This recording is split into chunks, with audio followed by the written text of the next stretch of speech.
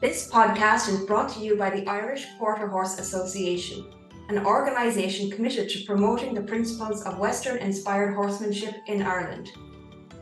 Whether you ride for pleasure or competition, whether you own a quarter horse, thoroughbred or any other breed, we believe that these principles can help you develop a deeper understanding of your horse and improve your riding skills.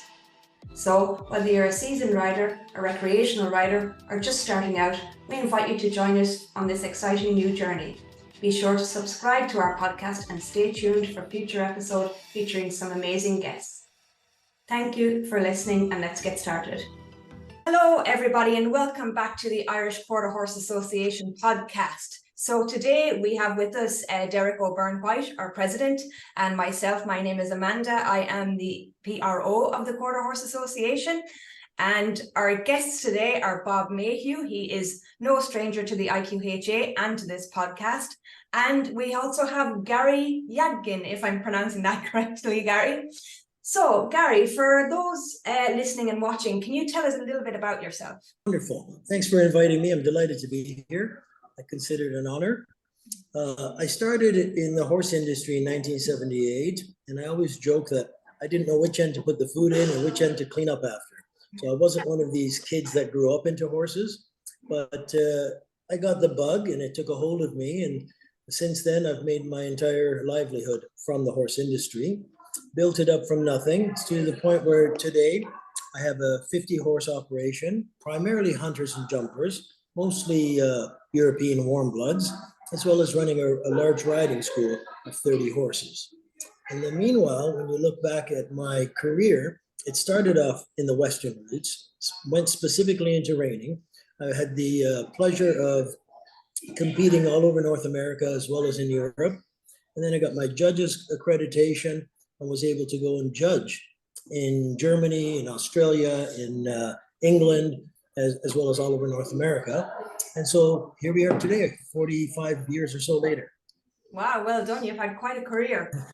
So, Gary, could you explain the nuances of using aids in Western riding compared to English riding? How might a crossover between the two benefit riders in developing a more well-rounded skill set? Fantastic question. I'd like to sort of break it down to the bottom line. The bottom line, I feel the English discipline asks horses going from a position of contact to increased contact back to contact. In the Western industry, we're going from contact to the release of contact and then contact on an as-needed basis. And that to me is the biggest fundamental difference. In terms of how that can become an aid or an assistance to enhance the other, the horses that are riding in the English discipline are being driven forward just like they do in the Western. The Western, we're much more interested in guiding the shoulders and controlling the hip, whereas the English rider drives into the mouth, into the hand of the rider. So in order to supple the horse, to keep it lighter, to keep it more responsive, the Western cues can be an assistance, not to replace the way the English rider asks its commands, but to enhance it, to sharpen it by keeping it so much lighter. Yeah, that makes a lot of sense, and I can see how that could really benefit English riders, no matter what their discipline, be it jumping or dressage or anything like that. So next question. In Western riding often emphasizes riding the hind end forward, as you mentioned, while directing the shoulders. How do these principles contribute to the overall performance of the horse, and how might they be applicable or beneficial to English riders?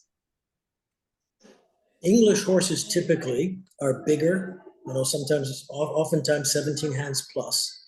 And English riders typically look at Western trainers and Western horses, and they marvel at how agile these horses are and how easily they can learn how to do lead changes. We have 3-year-olds competing in Western riding classes or in reining classes, and they just marvel at how easily these horses are able to do this.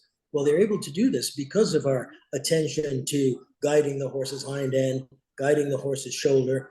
So we spend a lot of time holding a horse's shoulder out for the lead change or driving the hip to the inside. Whereas in English, the propensity, and I'm generalizing here, is to drive the horse, get it very heavy in the forehand, and then it becomes encumbered to make those movements more easily. So using more of a Western technique, you could lighten up the job of the English horse, making it easier for it. So moving on to, let's say, that lightness, can you talk about the role of the seat in Western riding, especially in contrast to the reliance of leg cues and a lighter seat in English disciplines? So if we were to liken the aids in the English and the Western and say what's the most common discipline, I would suggest dressage is a little closer to what we do in Western as opposed to hunt seat. And if you think about hunt seat, why we're getting the riders propped forward is in order to be with the horse over fences. So typically that's a matter of function that the rider has to be in that forward or half seat position and use their legs. That doesn't mean that they don't open their angle and are better suited to engage the horse's hind end for things like we discussed, such as lead changes. Yeah. So that's a nice crossover to think about. As much as you want to lighten your seat in order for the horse to have the freedom, especially in a hunter class, or to keep the rail up in the jumper class, the activity of a lead change is the same in both disciplines. The horse has to be engaged, lighten up the forehand, drive forward. Yeah, excellent. So I'd like to talk a little bit about your training techniques and how you approach repetition in training without souring the horse. Like, are there any specific strategies that you personally find effective in your work? I think, generally speaking, the fact that horses learn by repetition is a great thing. And the fact that horses learn by repetition is a bad thing. So when we're drilling them, we're assuming that we're doing something repetitively. And when we do it repetitively, I think the key is that you keep changing it up. Horses are very smart. And so we as trainers have understood that when you repeat a process, a horse starts to engage in that process, understands what's coming next. So what I like to do is make those more progressive. So the repetitions, as much as you're repeating similar processes, maybe you're doing something like breaking the horse to a jog before asking for the next thing. Next time you might break it to a walk. Another time you might go back and take a backward step and then engage it. So little differences of the same exercise to keep the horse interested and to keep it from getting sour, which is unfortunately what drilling does. That's really interesting, because we tend to do that, don't we, for schooling our horses all the time. We'll just go into the arena and we just go through the motions, and we don't think about, am I drilling my horse, or am I teaching my horse? Am I switching this up? Am I keeping myself engaged and the horse engaged? Yeah. Wonderfully said. Yeah. If we listen to our horses, the horses are telling us that with their behaviors, with the way they carry their tails, with the activity in their ears and their general body language. So if we're clever enough to listen to the horses will tell you whether you're drilling or you're doing repetition in a progressive fashion. That's it. That's very important, actually. Now, when we were talking about doing this podcast, you mentioned the importance of looking for a response from the horse when aids are released. Can you elaborate on how this concept influences training and the overall partnership between rider and horse in Western riding? Well, it sort of reminded me of back when I used to sell quite a few horses. And, one of the sort of tricks of the time was to be able to take the bridle off of a reining horse and put it through all its paces. And so now if you wanted to engage the bridle, you couldn't. But the horses were so in tune and respected the cues and were well-behaved and mannerly and trained that they just did it. And so it became apparent that the release of the aid was probably more important than the asking or the putting on of the aid. And so that to me is one of the fundamental differences of English and Western. Like I was saying, in terms of the aids, the English rider has contact that they add to for whatever reason, whether it's a half halt or you want a specific maneuver, a shoulder in or whatever, whereas the Western asks and releases. And that release will tell you everything you need to know. When you release it, did the horse maintain the pace? Did it still hold the shoulder up? Did it engage its hocks? Or did it hollow its back? In which case, you have to further your training. So that's really what I meant by the release. It's a real test of what input is staying with the horse, and what do you have to continue schooling? Okay, yeah, It's a little bit like, and just a little side note there. Do you think that release contributes to Western horses developing so quickly in their class? That because we focus so much on the release rather than the aid, is that why Western horses progress so quickly in their discipline compared to English horses? absolutely. Yeah, And you know, right. to that end, we have the ultimate test. When we're training the Western horse, people have the fallacy that we start riding in one hand, and it's always, we spend the majority of time riding in two hands, but we don't ride in two hands like the English rider that has a shorter rein and contact all the time. We still have a draped rein, and we still have to draw the slack out of the rein, and that is an aid in itself. Then engage the bit, the different stages of the bit, and so on. And then, of course, from that, we release it. Yeah. So we're very conscious of speeding up or slowing down our hand, and like we were really the topic at hand, which is the release of the aid. Yeah. Yeah. Bob, you No, yeah, totally. I mean, go back to our little deal when we say we reward the slightest try. Yes. And if we put it back to your human being, the young person who's learning to grow up in the world, that's exactly what we do with the kids. We actually try and teach them little by little, and a little bit more, and there's a little bit reward, and then they learn to stand up by themselves, and then they learn to walk. We help them, everything else like that. And in the end, they can do it by themselves. And that's what it's important when we're training the horses and getting that we get these horses to a point where they can handle themselves in the way that we would like them to do, not the way they would like to do it if we don't do anything to them. I run like hell anyway. Yeah. So, Gary, are there any common misconceptions or stereotypes about Western riding that you've encountered that you'd like to address, especially in the context of how it can complement or enhance the skills of English riders? Well, I'm going to generalize once again, but there is an idea that the Western rider is a yahoo. All they're interested in is spurring the horse or yanking on the horse's mouth. And they see the big bits that are typical to the Western industry. They see the big spurs, and they liken that equipment to how they may use it with the contact in the English context, which is completely wrong. So the correct use of that equipment is where that equipment is hardly being used at all. The horse progresses gradually in the bits until it can take those big bits. And once the horse is in that big bit, it is on a feather-light touch that we ride these horses. The spurs, as big as they are and as sharp as they are, we are not allowed to mark the horse's sides. So we have to be very careful how we use them. And lots of times, we don't even have to actually put the spur on the horse. Just the movement of it, the horse is trained to move away from. So the stigma or the misconception is that it's barbaric or it's cruel or it's crude. And I don't feel it's so at all. Not done correctly. It's more like a fine dance as opposed to a brutal activity. As a little bit, there's some in the older days of the vaqueros and things, when the time they moved into the spade bit, which people used to think was horrendous, but is actually packing some lovely iron in the horse's mouth that would salivate and do everything else.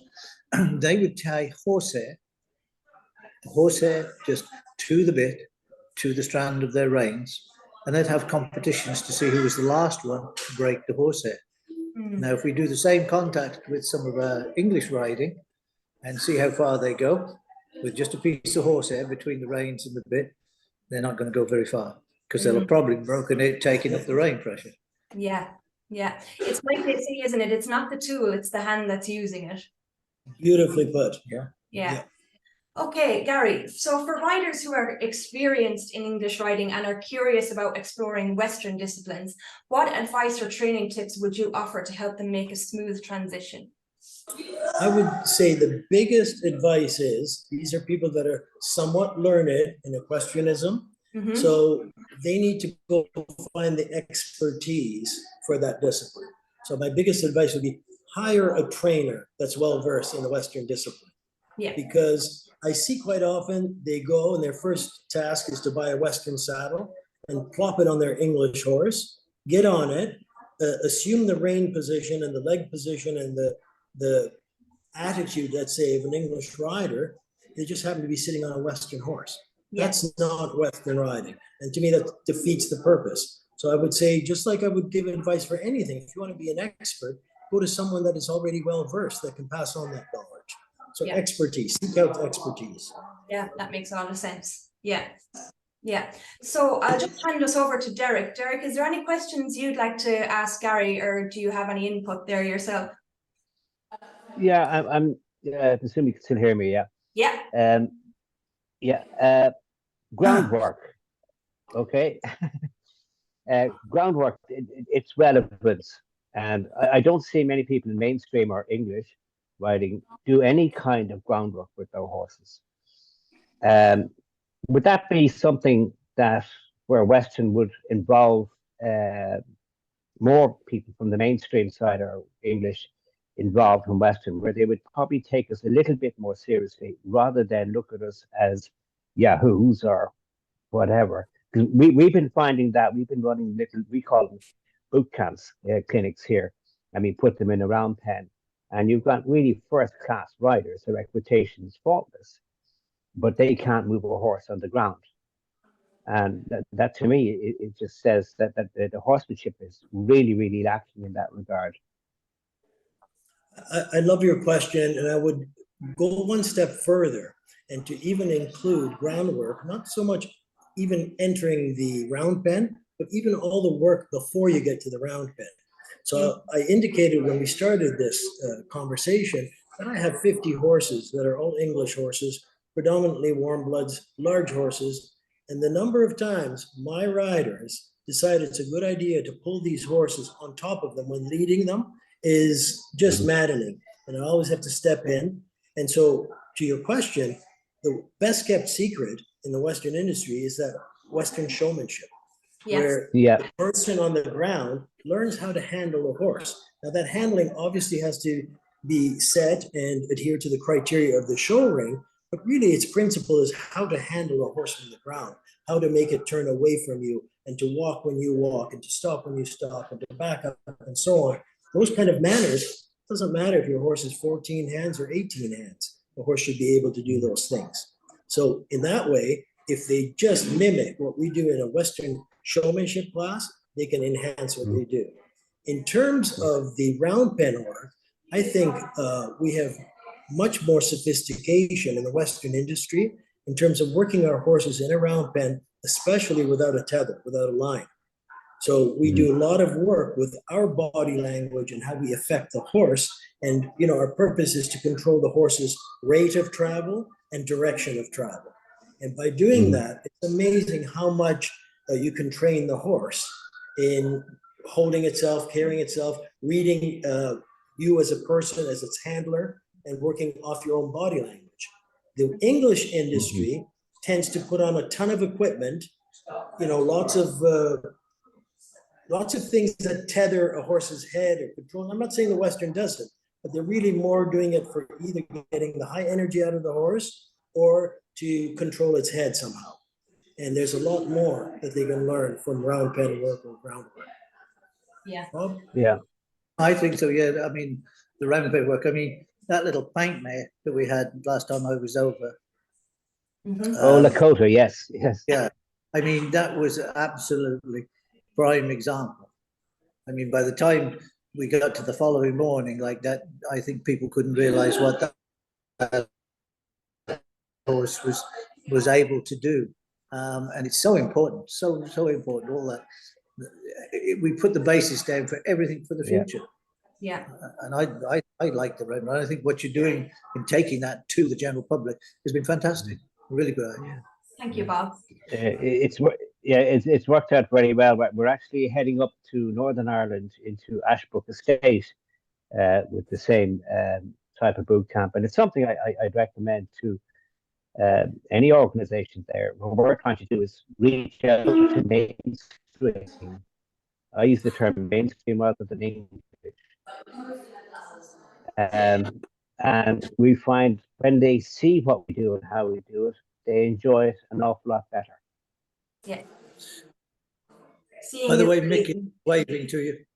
Mick's been waving to you. He's getting the prep work done because we're in the middle of a judges seminar now. Here. Okay, well, look, guys, we won't keep you too much longer. So, Gary, if people would like to get in contact with you or learn more about you, where could they find you? Probably the website of our stable, the pickeringhorsecenter.ca, would be the best place to reach us. They can go on our website and get further information. Okay, that's brilliant. Listen, guys, thank you so much for coming on the podcast this evening. We really appreciate it. And hopefully we'll get you on again sometime for another chat. And I hope you've enjoyed it yourselves. It's been wonderful. been Thank lots you of for good. the invite. And then